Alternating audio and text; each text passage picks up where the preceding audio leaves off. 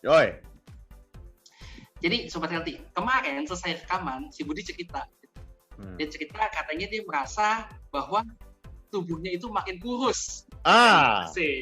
Betul. Nah, ternyata dia cerita, tapi ini ceritanya akan gue skip ya. Akan gue skip dulu karena kita simpan gitu. Karena kita mau pembuktian nih. Nanti kalau misalnya ternyata cerita dia benar, kita jadiin konten gitu. Nah, kalau salah konten menghina. Nah, konten tetap pokoknya. Dia cerita katanya dia turun 3 kilo dalam waktu berapa? 15 hari.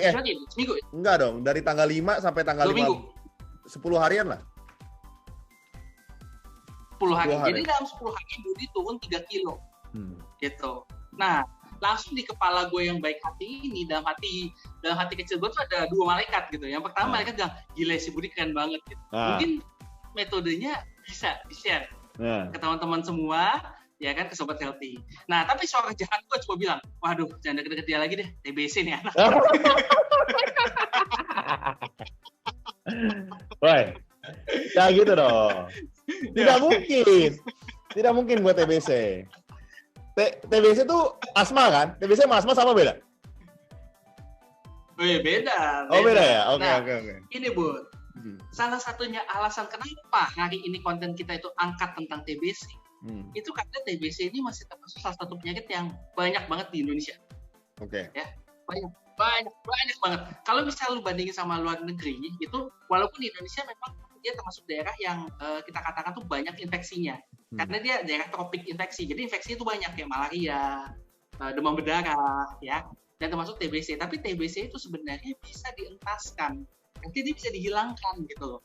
Nah, cuma sayangnya di Indonesia ini karena banyak berbagai macam faktor yang nanti akan kita bahas, TBC itu masih banyak banget di sekitar kita.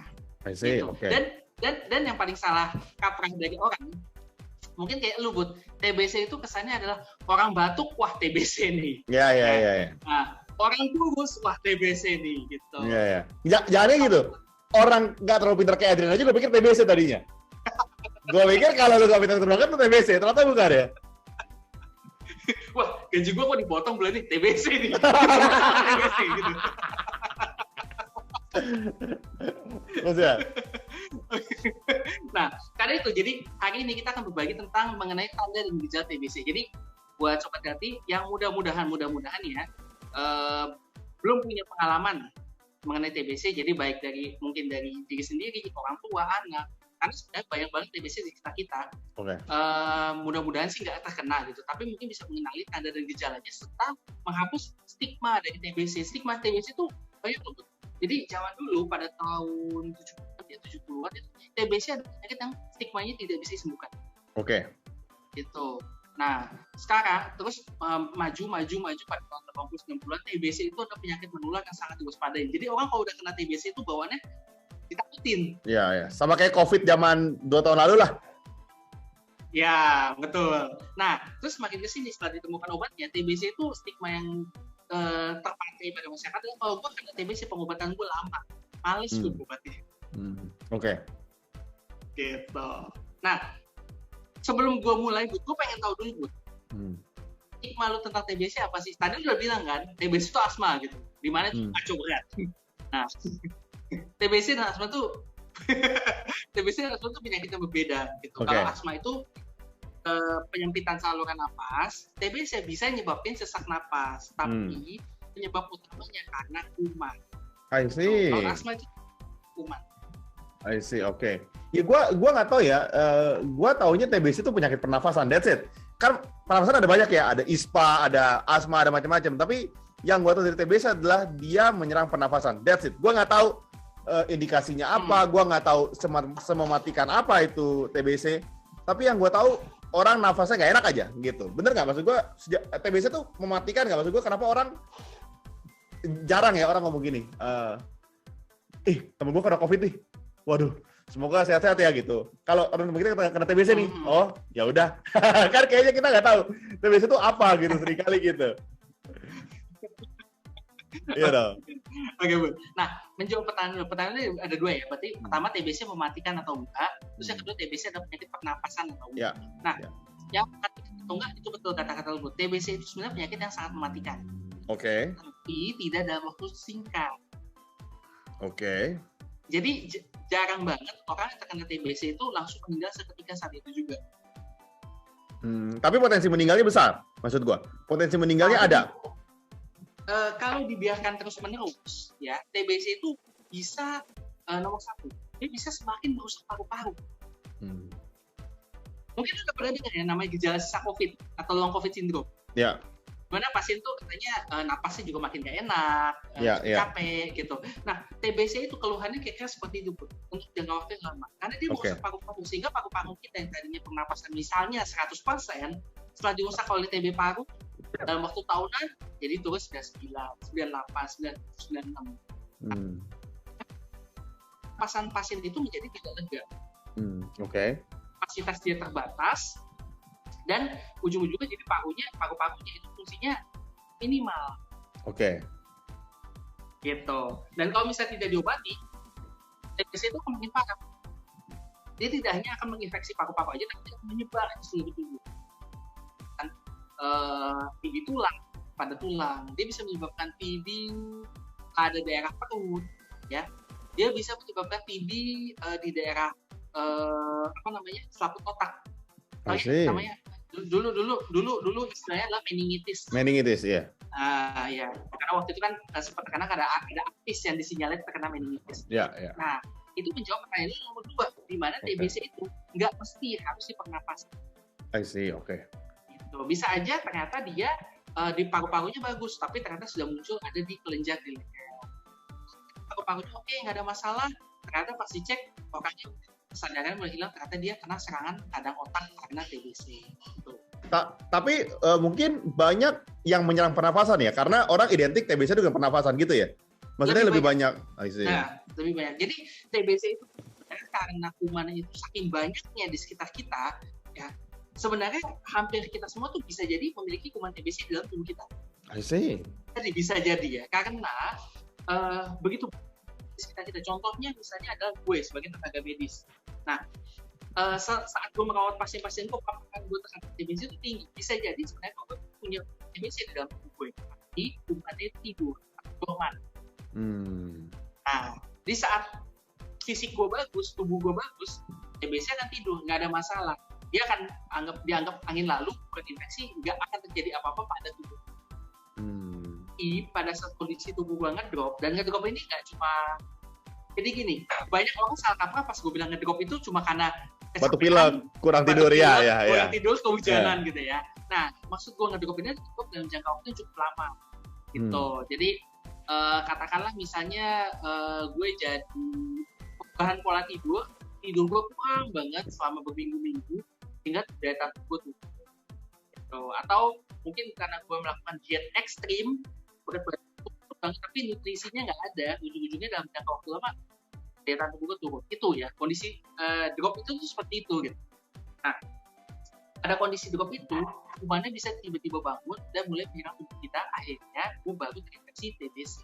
I see. Tapi kan yang soal selaput otak itu menyerang di otak, tapi kan lu emang nggak terlalu pintar. Jangan-jangan lu nggak sadar. Kenapa lu kurang jago? Kenapa lu nggak bisa mengintervensi dengan lebih baik? Maksud gue jangan-jangan lu udah kena di otak ya sebenarnya. Mungkin lu nggak sadar, mungkin kecil virusnya. Lu coba CT scan deh. Karena kita berbahas tuh beda Ronson CT scan. Coba lu CT scan. Jangan-jangan ada sebenarnya. Gue sih ngingetin aja sebagai teman yang ngerti kan. Mungkin di paru-paru nggak ada. Di otak kan kita nggak tahu. Nah. Sorry Bu. Harga diri gue tinggi Bu. Kalau gue emang bego dari lahir, bukan bego karena TBC. Sorry ya, harga diri gue tinggi. Ya. Kayaknya ini kan membuktikan teman-teman. Udah bego dari lahir, dia nggak mau cek. Berarti emang udah pasti TBC dia. Yakin gue. Karena 2 kali nggak jalan nalarnya dia. Oke, terus ya. Dan otak gue udah dikuasai TBC, jadi dia takut kalau gue scan, gue ketahuan. Terus ya.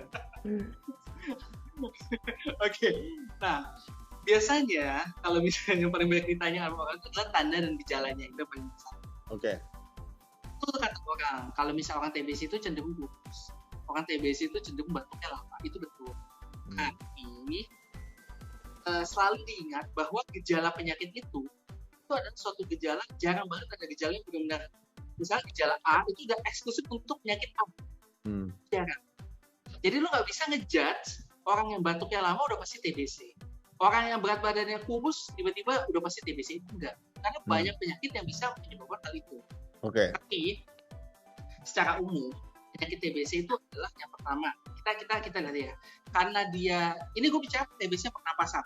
Karena dia menyerang paru-paru dalam jangka waktu lama, memang keluhannya biasa paling banyak adalah batuk lama. Yeah. Yang kedua, karena paru-parunya udah mulai rusak, berarti kan pastinya sesak napas. Yeah. Nah, lalu karena dia termasuk penyakit yang kronis dalam waktu lama, itu lama-lama dia akan menyebabkan penurunan nafsu makan. I see. Karena dia menurun nafsu makannya, makanya berat badannya menjadi. Itu penurunannya signifikan ya? Maksudnya benar-benar drastis gitu, tiba-tiba aduh gua nggak mau nafsu makan gitu ya? Enggak juga, karena kalau misalnya kita bilang penyakit kronis, berarti dia bertahap, Bud. I see, oke. Gitu, tapi jadi penurunan asupannya bertahap, tapi berat badan orang turunnya beda-beda ya, tergantung dari individunya juga gitu. Ada yang cepat, ada yang lambat. Tapi kalau misalnya lu perhatiin pelan-pelan, berat badannya cenderung turun. I see. Yang orang kurus, bisa aja ternyata dia gemuk banget karena TBC, terus pelan-pelan dia agak turun, masih agak gemuk gitu. Tapi kalau dibandingin sama beberapa bulan sebelum dia terkena TBC, berat badannya itu turun gitu. Oke. Nah, Ian, kita udah kebayang. Oke, terus ada lagi nggak? Gue pengen nanya lagi soalnya. Tambahan lagi, misalnya, ini mungkin nggak terlalu khas ya. Pada penderita TBC itu karena aktivitas bakterinya, itu bisa aja dia nyebabin kalau malam hari dia suka keringetan. Nah, terus yang sudah pasti pada penderita TBC itu dia punya riwayat kontak. Sama penderita TBC lainnya? Ya, artinya misalnya ayahnya TBC, ya, berarti kita harus mencurigai istri dan anak-anaknya mungkin sudah terpapar kuman TBC. Tapi karena daya tahan tubuhnya bagus, tidak aktif. Nah, suatu waktu anaknya mulai batuk-batuk lama, anaknya mulai makin kurus, dengan riwayat ayahnya pernah kena TBC. Wah, kita mulai curiga, mungkin TBC-nya aktif. Dan biasanya sih betul. Gitu. Nah, Yan, pertanyaan gue adalah begini. Berarti penularan TBC itu kan mirip COVID ya? Lewat droplet, betul nggak? Betul. Jadi dia tidak melalui airborne ya. Jadi droplet itu Jadi bedanya itu dia tidak melalui airborne. Artinya kalau misalnya lu tinggal serumah dengan penderita TBC, itu selama si penderita TBC yang menggunakan masker, dia berhati-hati pada saat batuknya. Utamanya itu. Jadi kalau misalnya dia tidak batuk, dia hanya bernapas seperti biasa, itu dia tidak menular. Oh, I see. Oke, loh, sama kayak COVID kan juga gitu. Kalau bernafas kan tidak menular dong. Kalau COVID, pada beberapa tindakan medis misalnya, contohnya pemakaian alat bantu nafas, itu pemakaian bisa masker dosis tinggi, itu kan dia jadi airborne. Nah, tapi kalau misalnya pada TBC dia tidak seperti itu. I see. Kalau ngomong juga tidak senyembur itu ya. Kondisi batuk lebih signifikan gitu. Ya. Maksudnya? Iya. Oke. Gitu. Nah, pertanyaannya adalah gini. Misalnya seorang suami didiagnosa terkena TBC. Kemudian nularin ke anak istrinya misalnya. Tapi anak istrinya kondisinya fit. Sama kayak lu lah. Lu kan kena TBC nih ceritanya, tapi lu fit kan lu bilang. Tadi kan lu bilang analoginya. Lu kan bisa terpapar nih. Sekarang pertanyaan gua. Kalau lu bertemu dengan orang lain, kuman lu nggak aktif, apakah lu menularkan juga ketika lu batuk? Itu pertanyaan gue. Enggak. Oh, I see. Karena kumannya nggak aktif. Dia nggak berduplikasi, dia nggak hidup. Oke. Gue itu status tidak menular. Oh, I see. Jadi lu ini tidak menularkan sekarang? Kita make sure aja. Kok gue kayak ngaku gitu ya gue cerita ini. Jadi beda banget ya sama COVID yang tidak ada gejala aja kemungkinan bisa menular. Menularkan, iya. TBC ini tidak seperti itu. Gitu. I see. Nah, Yan, gue penasaran juga gitu kan. Let's say dia kena TBC-nya di getah bening misalnya gitu ya. Misalnya. TB kelenjar. Iya, TB kelenjar. Apakah dia menularkannya juga lewat batuk? Padahal dia tidak menyerang paru-paru nih. Maksud gue, penularan TBC yang lain tidak di paru-paru, apakah sama caranya gitu lewat batuk juga? Itu pertanyaan gue. Enggak beda. Jadi pada penderita TBC kelenjar itu biasanya dia cenderung tidak menular. Oh, I see. Selama kita pastikan paru-parunya bersih ya. Ya. Gitu. Jadi kadang-kadang kesulitannya gini Bud. Jadi dia ada TBC di kelenjar. Ternyata TBC di paru-parunya ada, tapi sedikit banget. Nah, metode untuk memeriksa paru-paru apakah dia terkena TBC atau enggak, itu sampai saat ini hanyalah ada 2 cara. Jadi yang pertama itu di ronsen. Nah, tapi kalau misalnya ternyata pada saat di ronsen kuman TBC-nya masih baru, otomatis nggak ada kerusakan kan pada paru-parunya kan. Makanya hasil ronsennya biasanya masih bersih, bening, nggak ada masalah. I see. Yang cara yang kedua itu adalah dengan memeriksa dahak. Kita sebutnya itu kalau dari medis sebutnya adalah dahaknya itu SPS. Sewaktu pagi sewaktu. Jadi dahaknya itu diperiksa 3 kali. Pada saat pasien datang sewaktu, pada saat besok paginya, pada saat dia datang lagi untuk ngantarin spesimen yang nomor 2. Oh, I see. Gitu. Nah, cuma nggak semua orang bisa ngeluarin dahak. Sekarang kondisinya gini, Bud. Misalnya contohnya dia kena TBC kelenjar. Jadi dia nggak ada batu sama sekali, nggak ada gatal. Gimana mau ngeluarin dahaknya? Paham. Kecuali di paru-paru ya. Ya, gitu. Jadi kadang-kadang, terus pada saat di ronsen ternyata paru-parunya bagus, nggak ada masalah. Ya mungkin aja karena TBC-nya ada, tapi sudah tidak melakukan kerusakan pada paru-parunya. Belum kerusakan paru-paru. I see. Yan, berarti kalau gitu lu aman. Kalau di otak kan lu agak bego nih. Jadi kalau tidak menularkan. Jadi tuh teman-teman aman. Jadi dipastikan Adrian nih TB-nya tidak menularkan. Jadi tenang aja, karena dia di otak yang gejala kan. Jadi you're okay. Yan, pertanyaan gua. Gua nih pernah juga kasih tahu. Enggak, kalau kasih tahu bini lu juga Bu. Yakin kan bilang TBC itu endemik gitu. Jadi hampir semua orang sudah pernah terkena paparan kuman TBC gitu. Nah, kasih tahu anak lu kan juga masih kecil, istri lu itu jangan deket sama dengkul lu. Saran gue aja. Ya terserah kalau nggak mau dengar gitu. Kalau mau ketawain saran gue terserah gitu loh maksudnya. Ya, ini emang gitu kan. Emang buktikan emang TB lu di otak kan, ini buktikan banget emang.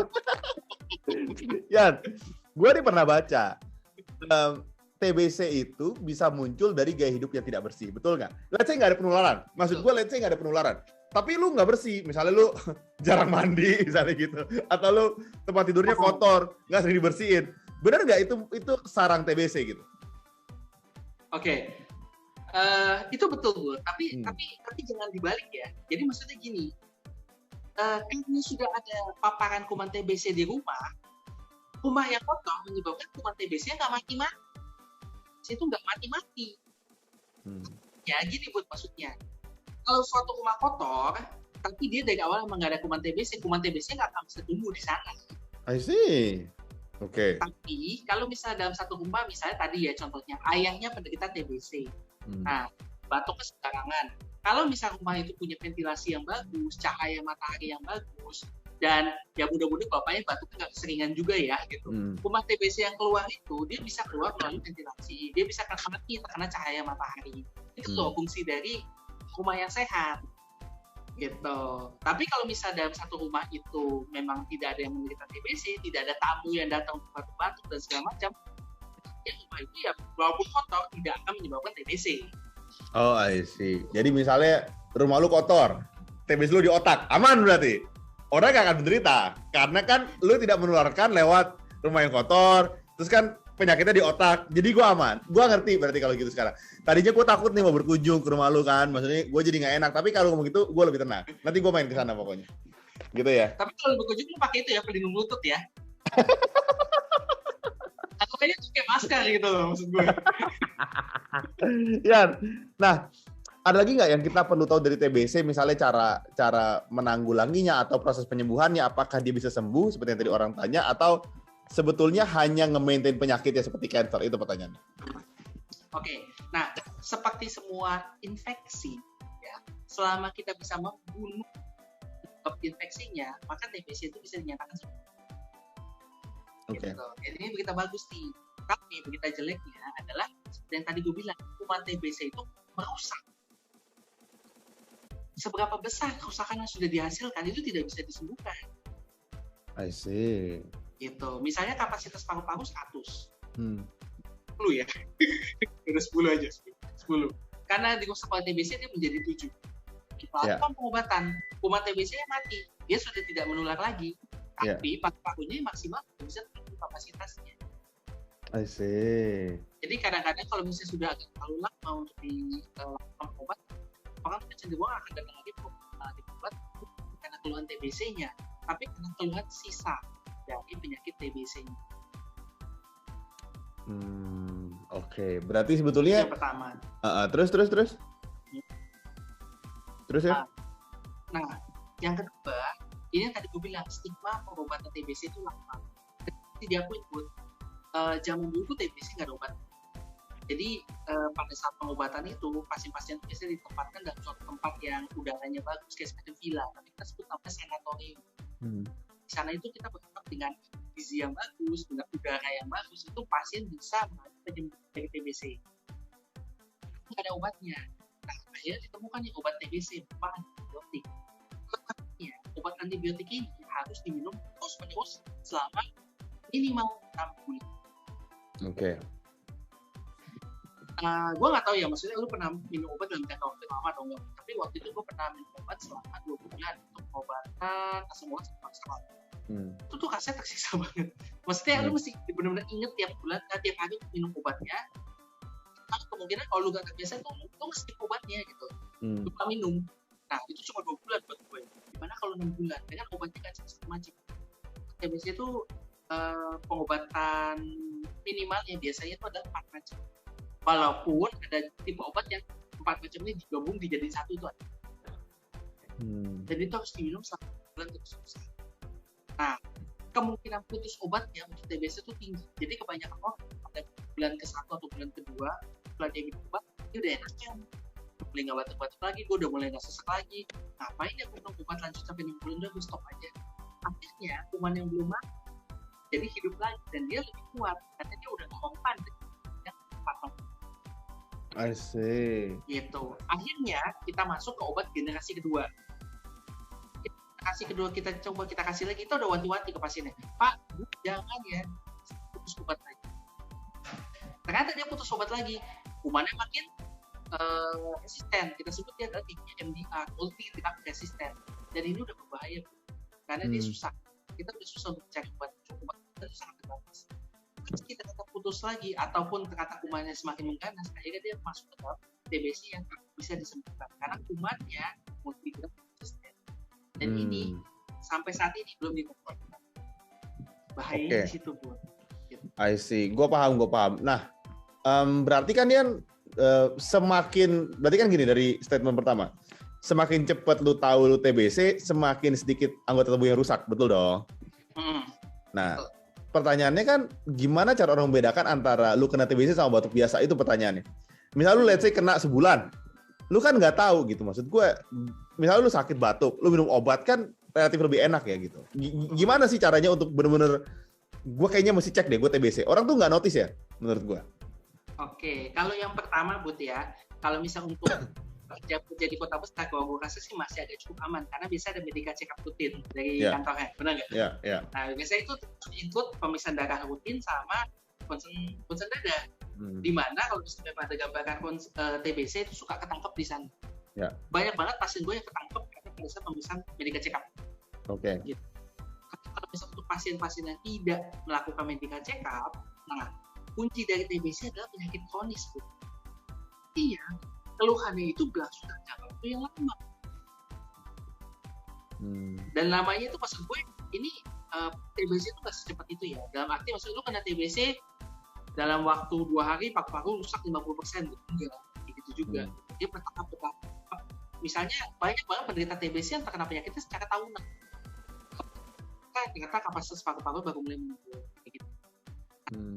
Iya, kalau lu punya keluhan yang tadi gue sebutin, batuk lama, atau gini deh, kalau lu punya penyakit yang nggak sembuh-sembuh, pasti lu berobat untuk bisa mengecek penyakitnya itu apa gitu. Nah biasanya itu TBC akan ketahuan di sana. Makanya saran gue, kalau secara umum ya, ini nggak cuma penyakit TBC aja. Kalau memang punya suatu penyakit ya ternyata belum ditemukan sebabnya itu apa. Baiknya adalah melakukan pemeriksaan lebih menyeluruh sehingga kita tahu penyebab apa yang bisa ditangani dengan lebih cepat. Berlaku untuk penyakit seperti TBC, bahkan bisa berlaku juga untuk